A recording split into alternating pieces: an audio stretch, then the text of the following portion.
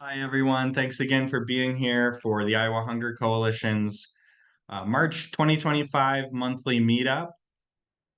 We hold these every third Wednesday of the month at 10 a.m.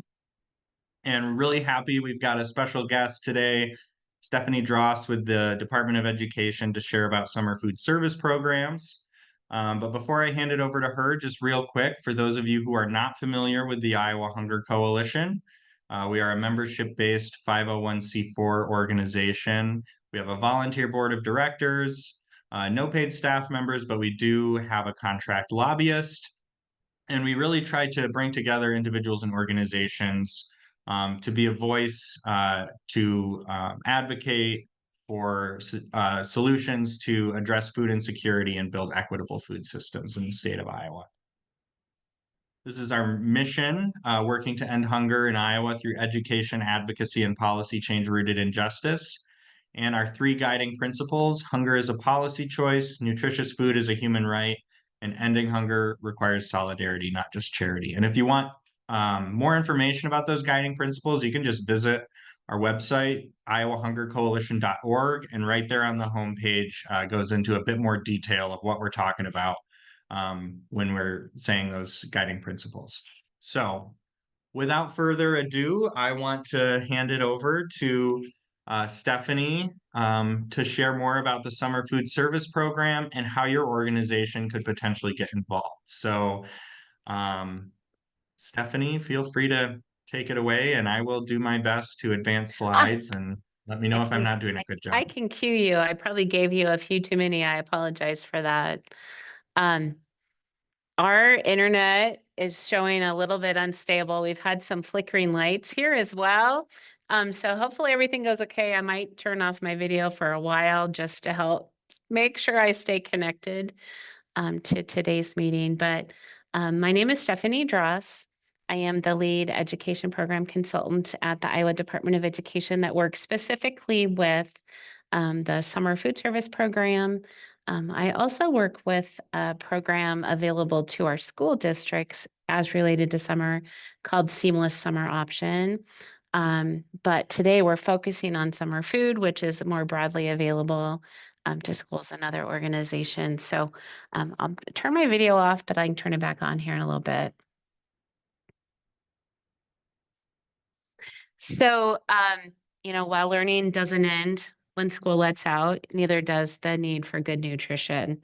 And the Summer Food Service Program, also known as SFSP, we like our acronym. So, SFSP was created really to ensure that children in low income areas could continue to receive nutritious meals during those long school vacations when school's not in session.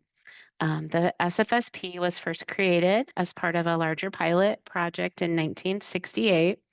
The Special Food Service Program for Children was created kind of as an amendment to the National School Lunch Act. And under the umbrella of the Special Food Service Program were two categories, summer and childcare. And then in 1975, the original National School Lunch Act was further amended to establish the two categories as their own separate programs, hence the establishment of the Summer Food Service Program, as well as our sister program, the Child and Adult Care Food Program. So it's been a program, a nutrition program around for a lot of years, which we have been really working diligently, over the past 15, 20 years to kind of expand the reach across the state. Next slide. So I wanted to go over just some of the basics. The Summer Food Service Program is authorized by Congress.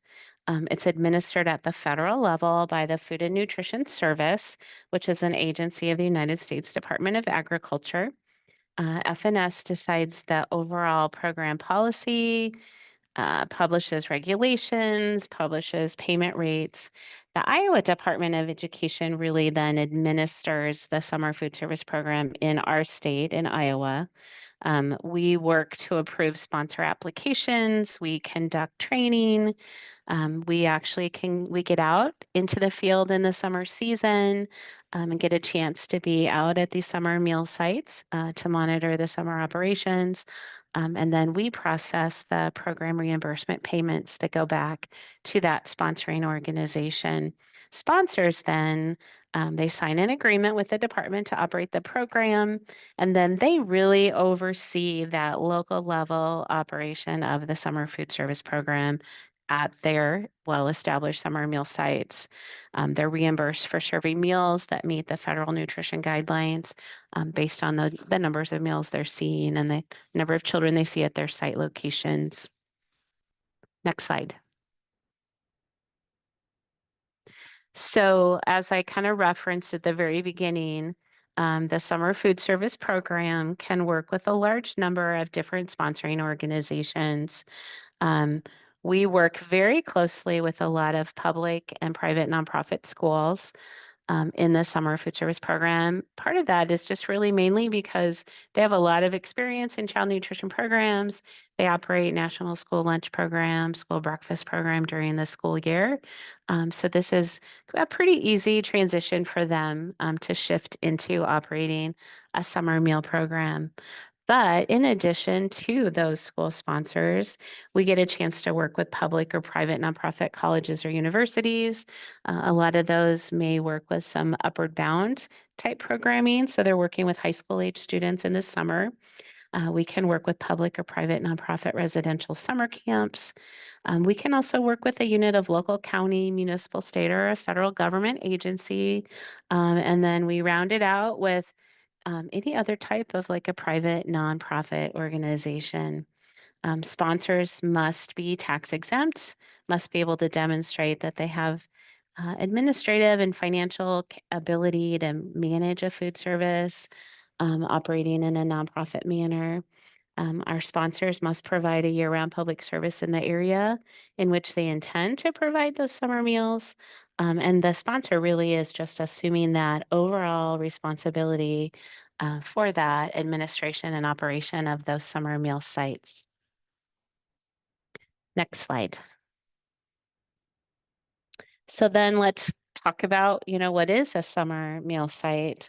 A site has a definition. It's defined as the place where a child receives a program meal. It might be the indoor or outdoor location where congregate meals are served. It could be a stop on a delivery route of a mobile congregate meal service, or it could also be the distribution location or a route for a non-congregate meal service. Meal service sites can be located in a wide variety of settings. I tried to bullet examples of what those settings might look like, but I'm sure it's not as comprehensive as it truly could be. So you'll see there's a lot of diversity in the types of locations that can be established as a summer meal site. And although there's not a requirement for activities at summer meal sites, we do know that our sponsors have kind of ongoing success at sites when they can partner with child serving organizations and activities that are in place. We'll talk about it later as a best practice, but we know that areas that already have activities that are pulling kids to a location are probably one of the best locations to become a summer meal site, because then we're just enhancing the service that's happening at that site location. Hence, you can see some of the sites noted on this slide, have child serving activities. A library may have summer reading programs. We know kids like to go to the local swimming pool in the afternoon or a splash pad at a park. Or there might be a park and rec program out at one of those park sites. And so these are all really nice, easy site locations to enhance with that summer meal service. Next slide. I'm a visual person, so I love snapshots. So here's kind of what summer meal sites can look like. On this slide, you'll see a snapshot from a variety of sites across the state. We had the Boys and Girls Club in Cedar Rapids. We have Chapel Ridge Apartments in Johnston, to a park over in Sioux City. So as you look at the pictures, you can see that, there really is not a one size fits all for a successful program. It really can take on a different look in each of the communities that it operates. Next slide. So to get a little more technical, there are some official kind of site types that are allowed to operate in the summer food service program. There are really three main types that we see operating in the summer. The first site type is called an open site. Excuse me. If a site is located in a needy area and meals are made available to all children in that area on a first come, first served basis, that really is considered to be an open site. Need is determined by what is called area eligibility data, which is either the free and reduced eligibility data from a school or census data. So an open site must be located in a school attendance area where 50% or more of the children are eligible for free and reduced price meals. That's one of the area eligibility criteria. The other is utilizing the Census Bureau began doing an annual estimate of household income using something called the American Community Survey. And so then the site can also be located within the boundaries of a census block or a census tract that demonstrates kind of that similar 50% free and reduced priced meal eligibility based on that American Community Survey data. That data is released every October. So we always look forward to seeing the new data in October to see if there's been any changes. Um, in an open site, information is really broadly outreached and publicized in the community being served to really bring in all kids from that community. If by chance a community doesn't have those two kind of standard eligibility data points, there is alternative sources that we can try to look for, like a pocket of poverty. It might be housing authority data, maybe there's some migrant data or some local zoning or economic surveys that might also point to that area being a little bit higher need. In an open site, reimbursement is provided to that sponsoring organization for all meals and snacks served to children at the site. And the really nice thing is when we start a site and we establish that initial eligibility, that does guarantee the site operations for 5 years. So if the data would flux from year to year, we are able to kind of lock it in so that site gets a chance to really build on its participation and grow. Next slide. I just wanted to share a couple of the resources that are available as related to census data. USDA has created a couple of mappers to kind of make it easy for us to locate where those eligible census blocks are. In both of these mappers, you'll enter the address of a potential site in the search box, and then it'll plot it on the map. Sites that are in a green area are considered area eligible. And when you click on near that site location, it will kind of populate and give you what that specific data is. The second mapper, the USDA Capacity Builder Mapper, also identifies kind of some additional mapping tools to help you look for potential locations. So you can select like layers of additional information to add to the map.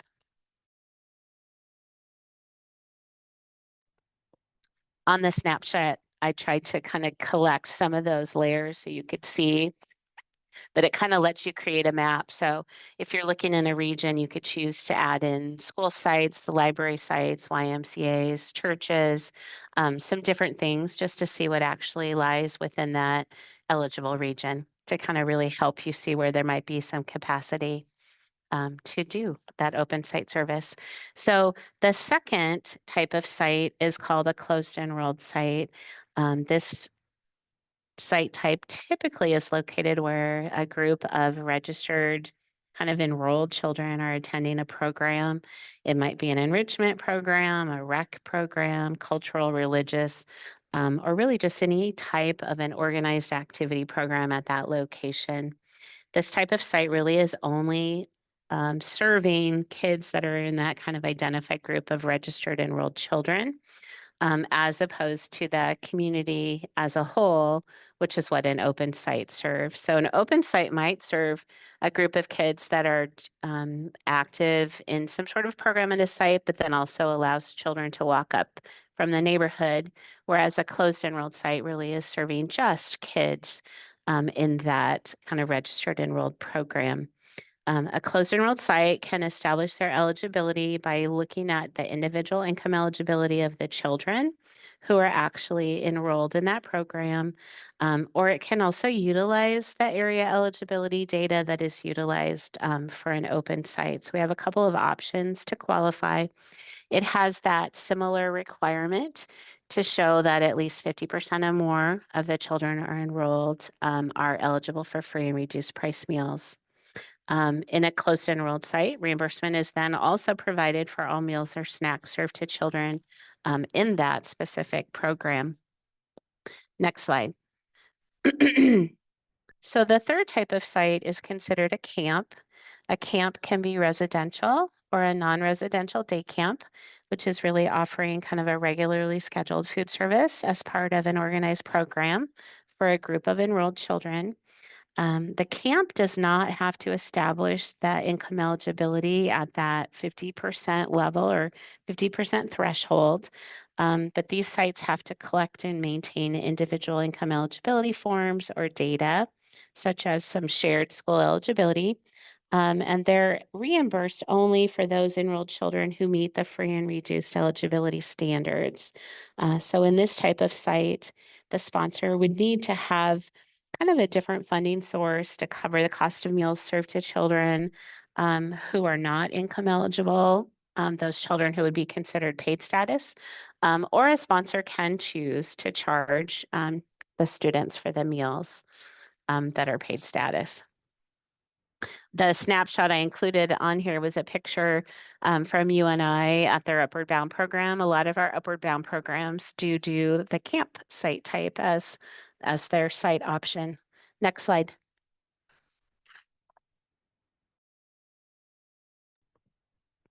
So at the open or closed enrolled sites, all children who are 18 years or younger are eligible to participate. And would be the sponsor would get reimbursement for those meals. As I said before, at a campsite, it's really meals served to children who are eligible for free and reduced price meals are those that are eligible for the SFSP reimbursement. These sites can also work with persons over the age 18 who are enrolled in school programs for persons with disabilities as well. Next slide. So how are the summer food service program meals prepared? A summer food service program sponsor might prepare its own meals. It may purchase meals through an agreement with a local school district, or it may also contract for meals with a food service management company or a vendor. So if the site location has, let's say, a commercial kitchen, the sponsor might prepare those meals right on site at that location.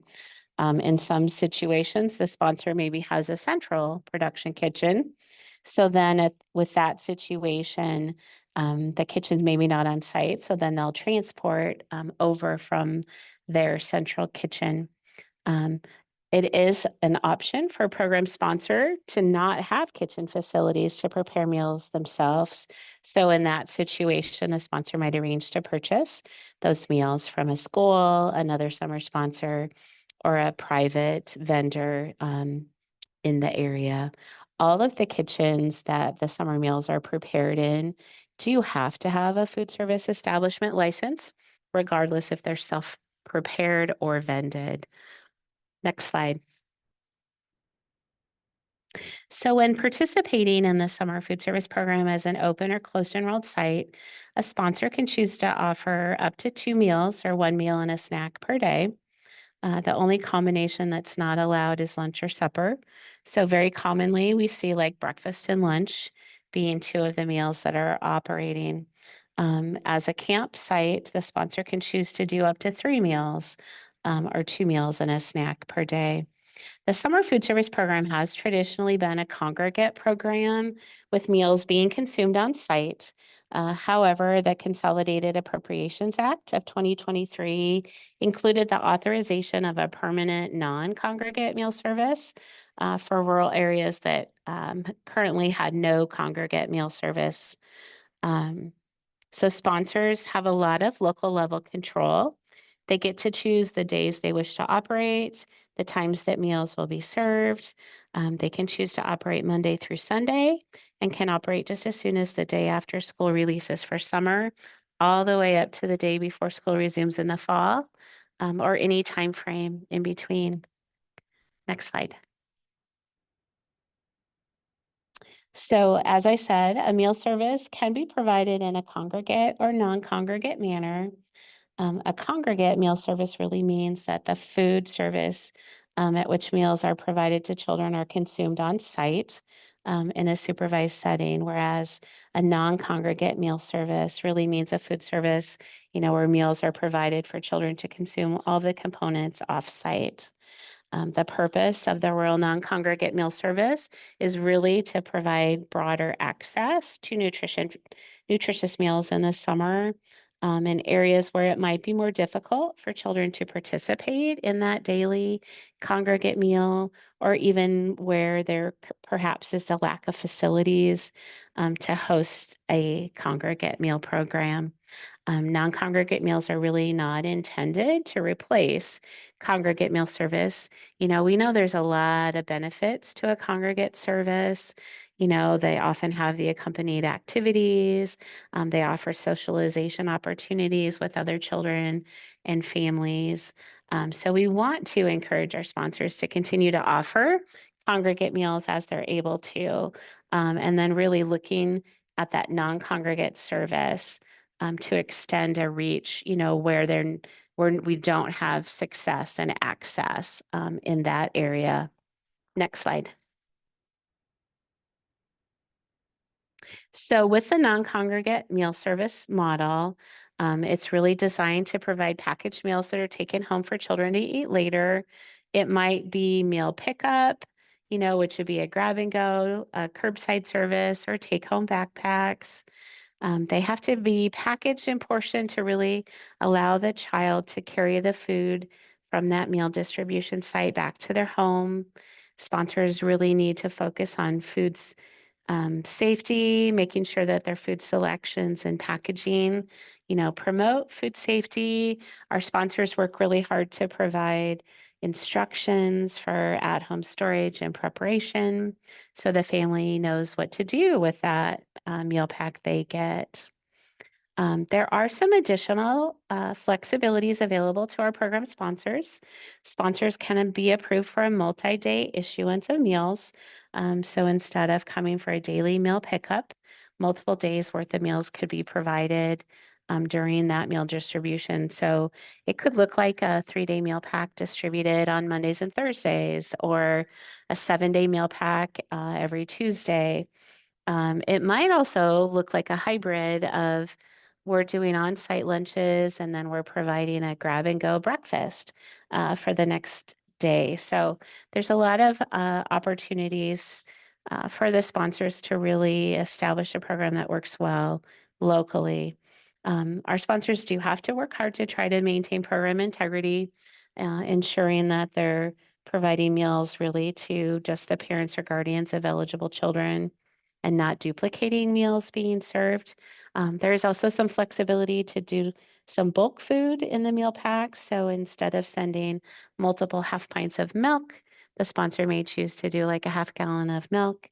And it does allow for home delivery of meals. That is something we've had just a little tiny bit of, but might be an area that we see the program grow. Next slide. I did want to just include like a link to the USDA rural designation map.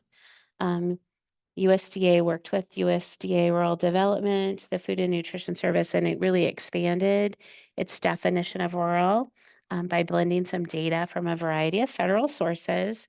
So this mapper is designed for a sponsor to be able to enter that site location address and determine whether it is defined as rural, which does allow it to do that non-congregate meal service model.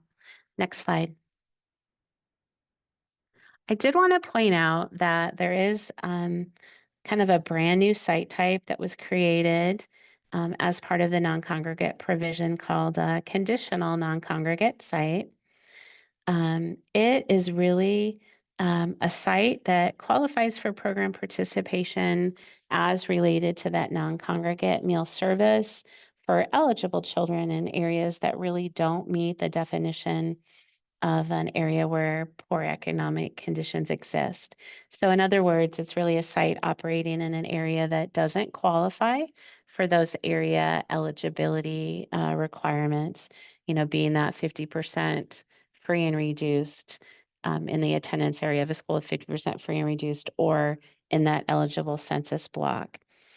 Sponsors of conditional non-congregate sites are required to make individual eligibility determinations, have to track students on a roster, and are only able to claim meals served to children who meet program eligibility guidelines or children eligible for free and reduced. So it aligns very similarly to the camp site type in a non-congregate model. In these situations, meals provided to children who don't meet those program eligibility guidelines can be covered by alternate funds or charged to the child, similar to the camp. This is a really good opportunity for a sponsor to kind of identify a partner, a local service organization, ministerial association, or business partner to kind of help support the unfunded part of that site location. Next site. So the summer food service program has a meal pattern requirement based on 4 food components: milk, vegetables, and fruit, bread, and meat alternate. Organizations that are schools or are vending from a school can also choose to do the more complex National School Lunch Program meal pattern if they choose.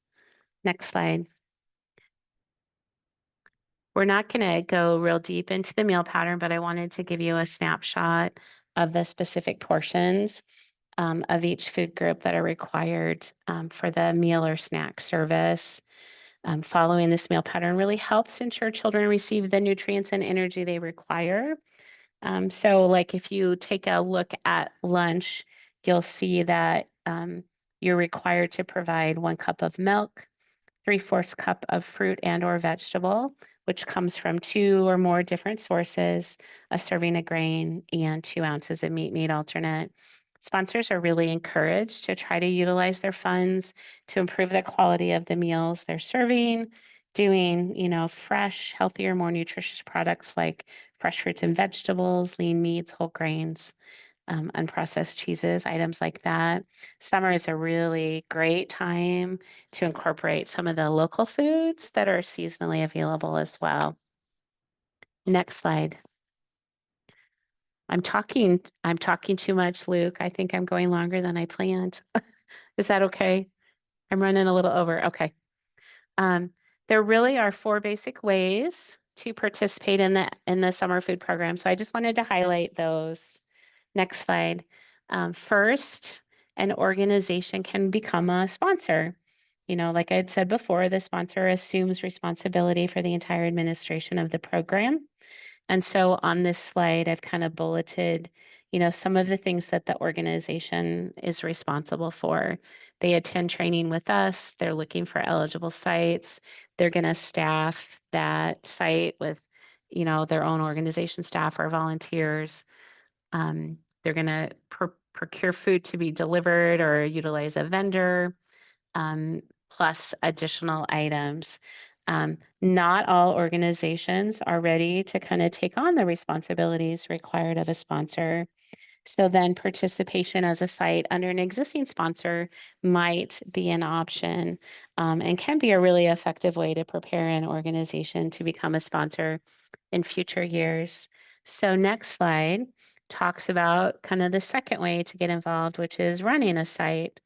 So the organization may not feel like you have a financial or administrative ability to sponsor the program, but that you can supervise a food service site along with providing some recreational or enrichment activities.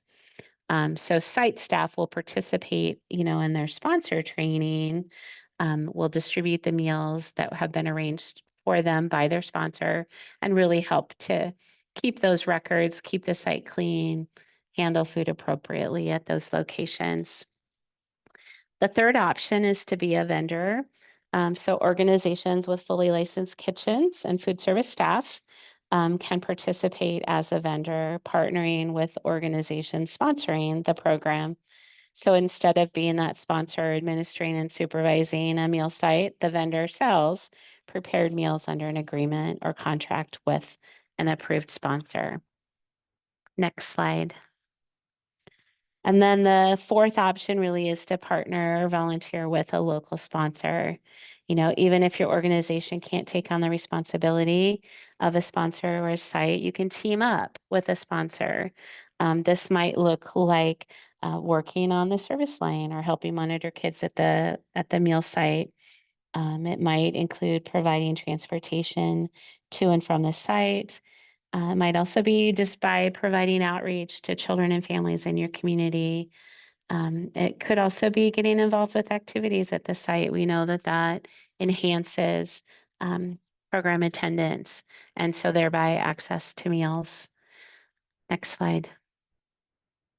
As a partner organization, you can really help expand access through summer meal outreach.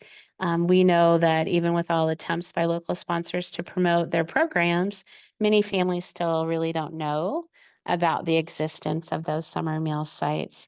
So it's looking at, what avenues does your organization as a partner have to provide information out on summer meal sites? Do you have newsletters that go home to your families? Can you include information on your organization website? Maybe you can help with distributing some outreach flyers or do some social media posts or assist with some signage at the site locations. So you play a really valuable potential role in just helping outreach the sites that are already established. Next slide. I wanted to point out a couple of resources that are available to promote the summer meal program. Families can call the United Way's 211 line, or they can also call 1-866-3-HUNGRY or the Spanish line, 1-877-8-HAMBRE. And there's also a mapper online that has those site locations. So there are some easy ways to find sites, even if you don't have that direct connection with the sponsor. And I put just a couple examples of some of like the outreach flyers and strategies we've seen sponsors utilize. On the next slide, I try to summarize some of the best practices for increasing participation at summer meal sites. We kind of talked about looking for where children are. So it's good to have sites that are in a close proximity to activities that are happening in the community. We know transportation in rural communities can also help. We know partnerships, to extend or expand a program such as with a local food bank can help, especially in urban areas that maybe do congregate meals. So having that congregate meal site with a potential weekend backpack. We've learned a lot through the non-congregate model is that identifying an effective meal service time is really a good strategy. When our parents in town, if they're picking up a 7-day meal pack, it's a considerable amount of food. So we really are relying on that. So I tried to list some of those on what really drives participation. On the next slide, I've listed kind of some best practices around promotion of summer meal sites, some different strategies that can be included. And then on the next slide, I wanted to give you just a snapshot of what the meal reimbursement that is provided. Rates are issued on an annual basis. So this is fiscal year 2025. Well, I shouldn't say fiscal year. This is year 2025 reimbursement rates. So the program operating from January through December, this would be the rates available to our summer sponsors. The administrative component of the rate is a little higher for sponsors of sites in rural areas and for self-prep sponsors. And our sponsors receive this reimbursement kind of on a per meal basis for meals that meet the program requirements served to those eligible participants. So the reimbursement is determined by the number of eligible meals served multiplied by the rate for food service operations and administration. And this reimbursement is really intended to help cover the costs of operating and administering the program, cost of food, non-food supplies, labor costs, etc. Next slide. As I am talking a lot, I'm not going to spend a lot of time on this slide, but I wanted to let you know, if an organization decides to sponsor a program, then they'll work with us. We schedule a pre-approval visit to discuss the summer plans, provide technical assistance on the program. There's a series of pre-approval documents that have to be completed, and then we have an online application that all of our sponsors do on an annual basis. Next slide. So I just like to highlight everyone wins with summer food. Children get the nutritious meals that they may not otherwise receive in that summer season. Parents have an opportunity to stretch their food dollars and know that their children are receiving healthy meals in a supportive environment. Um, Food service workers have summer employment, which can be really important in different areas. And then organizations really get an opportunity to receive funds to provide meals to complement already scheduled programs that they might have in their locations. And a community as a whole really provides a safe place for children to go to be with other children and with supportive adults and or just some of that food access that they need. Next slide. We always share our USDA non-discrimination statement. And then on the last slide, I included my contact information. You can reach me via email or phone. I am happy to talk about the program with anyone who wants to talk. I will try to share with you what I know about program requirements or some of the great things that I've seen out at summer meal sites as well. Just the things that I glean, I go out and do summer visits with the intention to learn as much as I can, from the sponsors that are operating the programs who really are the boots on the ground making it happen. I'm sorry I went over time, Luke. You're fine. Thank you I so get too much. chatty. I don't know where to cut it back. No, that's great. Thank you so much for all that you shared. I was hoping to have some time for questions, but I think we'll probably need to just move on. But thank you so much for sharing your contact information and encourage attendees to reach out to you directly with any questions that they have. And we have been recording this, so we'll share out the recording and can share the slides too. So if people want to go back over some of that information as well. But thank you so much for That being here sounds and sharing more great. about the summer food service program. Thank you for the invitation. I really appreciate it.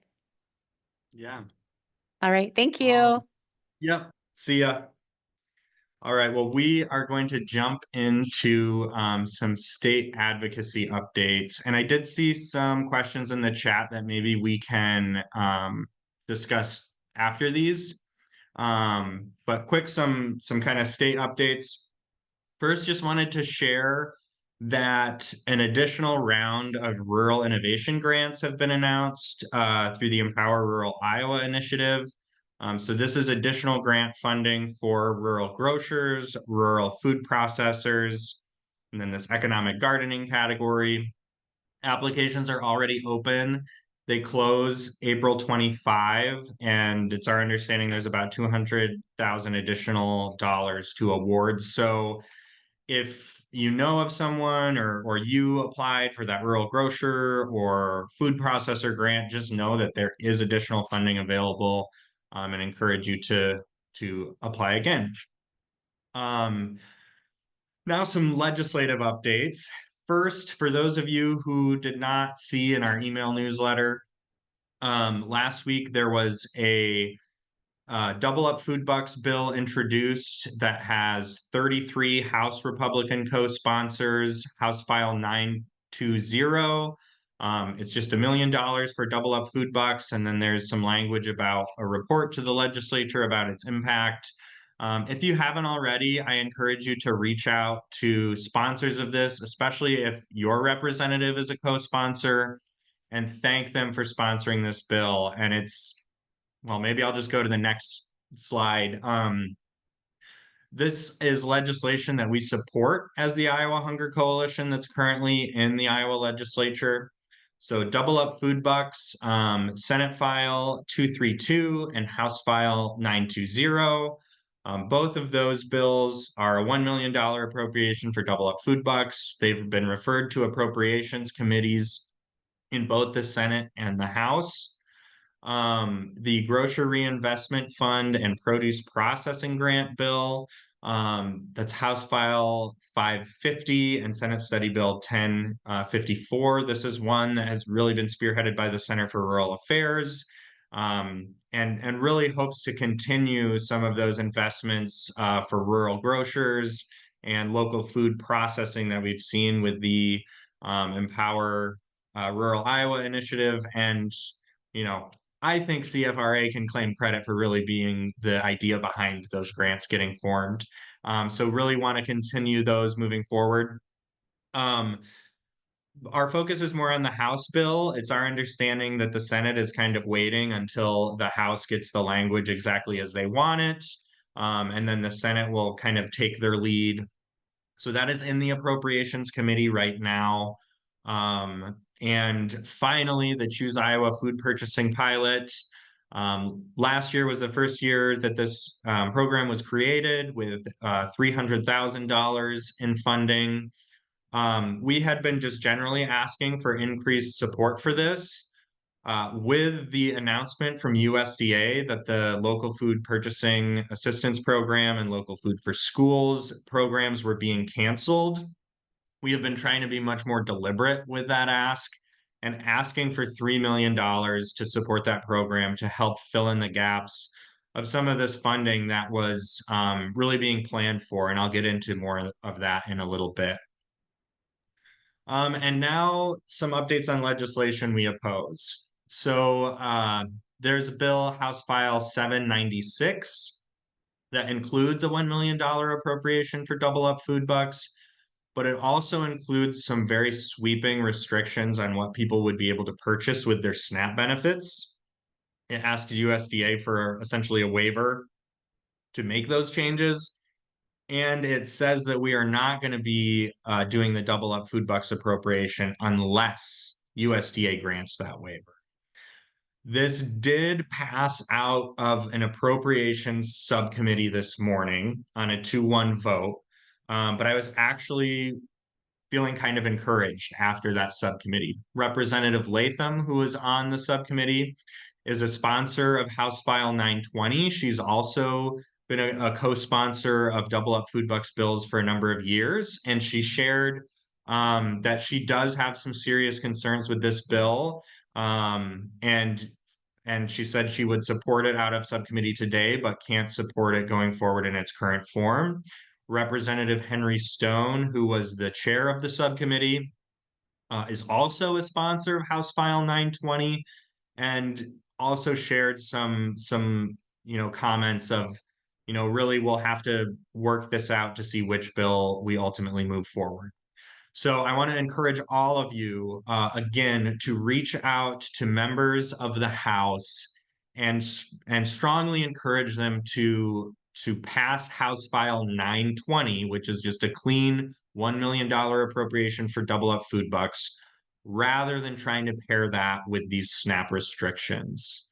So the Iowa Hunger Coalition is registered against that bill, not because of the double up food bucks piece. If they removed sections 2 and 3 of the bill on the SNAP restrictions, we would absolutely come out in full support of that bill.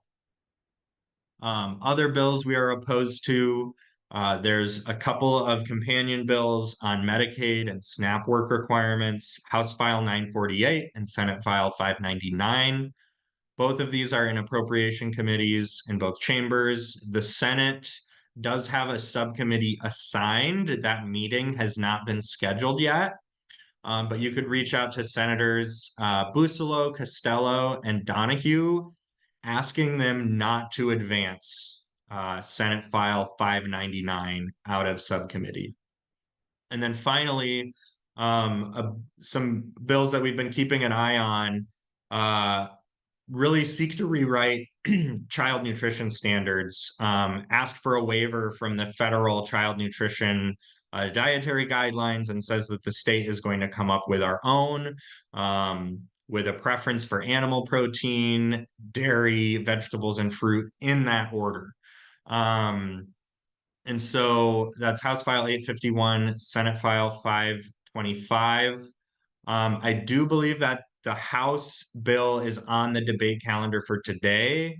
There was a fiscal note that came out yesterday that I will, we can send out, but basically said, this is at minimum going to cost the state 600,000 in the first year, and in subsequent years, close to, $500,000, but also that there could be a loss in federal funds of an unknown amount.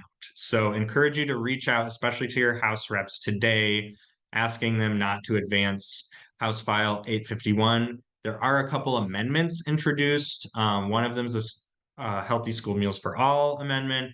And the other is a Choose Iowa amendment trying to direct 3 million. So you could also encourage your legislators to support those amendments. Caitlin, I saw you had your hand raised. Would you like to chime in? Nope, I was just gonna make sure you mentioned the amendments and you're on it, so that's all. All right, thanks. Some other legislation we're watching, haven't really taken a stance on for or against, but there is a bill that would supply free period products in schools, House File 883. That's in the Appropriations Committee. A bill that would give prioritization to public assistance programs to veterans. That's House File 912. And then a bill that would essentially add in additional liabilities in existing code around food donation liabilities. It would specifically add in commercial trucking operations. That's Senate File 590. Honestly, we think that's probably redundant, but not necessarily a bad bill. All right, I'm going to do some federal advocacy updates, and then we will open this up for questions. First, I want to address USDA's cancellation of LFPA and LFSCC. So I mentioned this earlier, but there was an announcement that USDA was canceling these programs. These would have directed $11.3 million toward local food purchases for schools, early care centers, food banks, food pantries, and other emergency feeding sites. There have been a lot of farmers and producers who have already scaled up operations in anticipation of these programs, who are now being left with a lot of questions and potentially, costs that are not going to be compensated for. So we are doing some federal advocacy, encouraging Iowa's federal delegation to ask Secretary Rollins, who is the Secretary of USDA, to reconsider this cancellation. And we're also, again, calling on the Iowa legislature to step in with a $3 million appropriation to the Choose Iowa Food Purchasing Pilot Program to help fill this gap. We do have a statement on our website. If you go to iowahungercoalition.org and click on the news tab, you can read our full statement on USDA canceling these really critical programs. Also wanted to provide an update on the federal budget reconciliation process. This happened a few weeks ago, but the House did pass a budget resolution. And in that budget resolution, there's not specifics, but it does direct $230 billion in cuts to the Agriculture Committee. We know from some leaked memos that all of the cuts they're looking at would come from SNAP, but we don't know where the specifics on where those cuts would come from. We did put out a blog post that kind of has a breakdown, again, on some of the leaked details on what they could be looking at. Things like undoing the Thrifty Food Plan modernization, eliminating broad-based categorical eligibility. But it's increasingly looking like the conversations are talking about a cost share of benefits for SNAP to the states for the first time ever. So right now, the benefits, SNAP benefits are 100% federally funded. The state has a 50-50 cost share on the administration costs to administer the program. But those benefits themselves are fully federally funded. Even if there was, an effort to shift 10% of the benefit costs to the state, for Iowa, that would look like $53 million a year. And we know that that would place a huge burden on our state and other states as well, and could lead to the state making decisions of reducing eligibility, or it sounds like there may even be a potential that they would allow states to decrease benefit amounts, which obviously would be incredibly concerning. So you can check out our blog post for those for the analysis. We have district level analysis. So when you're reaching out to members of Congress, you can provide them with information specific to their district. We're really trying to do some outreach to members of the House and Senate Ag committees. So in the Senate, that's Senator Joni Ernst. In the House, that's Representatives Zach Nunn and Randy Feenstra. Encourage you to reach out to their offices. If you can get a meeting with their staff members, even if that's just a Zoom meeting or a phone call, these members of Congress really need to be hearing from folks. And I'm going to backtrack just a second. This is about SNAP. In that blog post, we also have some potential impacts to school meals. That is another part. It's not in the ag budget, but it's in another part of the budget resolution. And that would scale back access to free school meals in the state. So we also know there's $880 billion in cuts to Medicaid, which could have ripple effects on SNAP and school meals, and obviously would impact a lot of the same folks that we see at food pantries and using SNAP. So really encourage you, if you haven't already, reach out to your member of Congress, and especially those on the ag committees. So I am going to stop sharing now and open it up for questions that anyone has. I see some in the chat that I'm going to try to address. Caitlin, economic gardening. I would encourage you to just, if you're curious, look at that grant. It seems like it's mostly marketing, but yeah, it's interesting. Jan, your question about did the conditions on double up food bucks get removed from the House version? I understood that was a concern. So right now there's 2 House double up food bucks bills. House File 920, we really like. It's a good bill. It's just the appropriation for double up food bucks.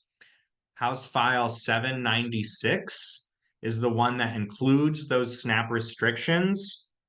And it says we're not going to do the double up food bucks appropriation unless USDA grants those restrictions. So those conditions are still in there. And that's why we're really trying to push the House to take up House File 920 and steer them away from House File 796. And again, I think there were some good comments shared from Representatives Stone and Latham that there is some internal dissent in the Republican caucus, and we need to be really reaching out, especially to House Republicans, to encourage them to take up 920 and not go down the route of 796. Jan, I also saw your comment about the Iowa Food System Coalition advocacy training tonight. Thank you. If you have a link, please share that. Otherwise, I'll try to find that. Senator Grassley does have a town hall meeting this Friday in Hampton.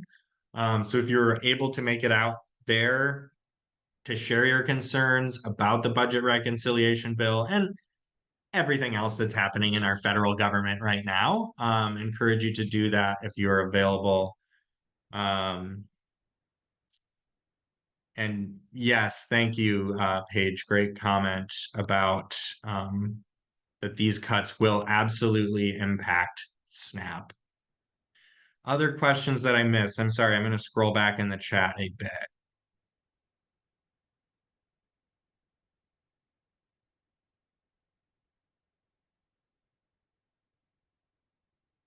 Kayla, I saw a comment. Can we save some time to talk about policy around funding these programs? And I believe that was in regards to school meals, summer food service program.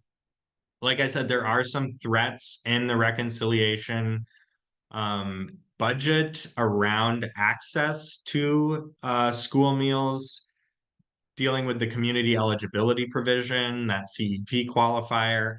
There's also some proposals that schools would need to do income verification for every person who applies for free and reduced price, which would be a huge burden on schools. I'm actually not sure if that would affect summer food programs or not.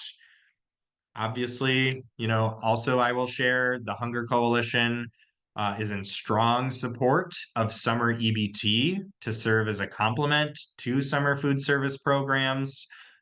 We think summer food service programs are really important, but we also recognize that there's still gaps that exist, even with some of these new flexibilities around non-congregate sites. And we really firmly believe that the state should be participating in the summer EBT program to help feed kids during the summer. Any other questions or comments from folks?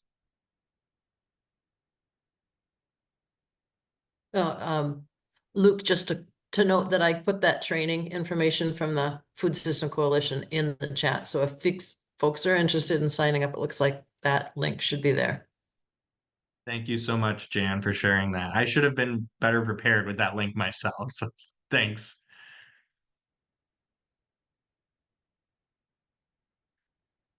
Well, if there's no other questions, thank you all for being here. If you ever have questions, please don't hesitate to reach out.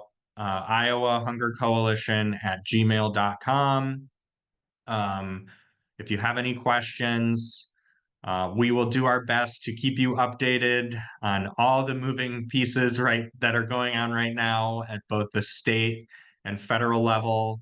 And really, I feel like I say this every year, but now is more than ever. We need to be advocating for nutrition programs to make sure that Iowa families continue to be able to access those. Food pantries, food banks across the state continue to break records. And the fact that we're talking about these massive cuts to SNAP should be a huge concern for all Iowans. So really encourage you, keep speaking out, sending those emails to legislators. They do make a difference, I promise you, as much as it might seem sometimes that you're just talking to a brick wall or sending emails to the void. People do pay attention to how many emails they get and how many calls they get, even if you don't get a reply. So thank you all for showing up today and for your continued advocacy. It will take all of us continuing to do this work together, and really appreciate all your support. Thank you, everyone. Have a great day. Thank you.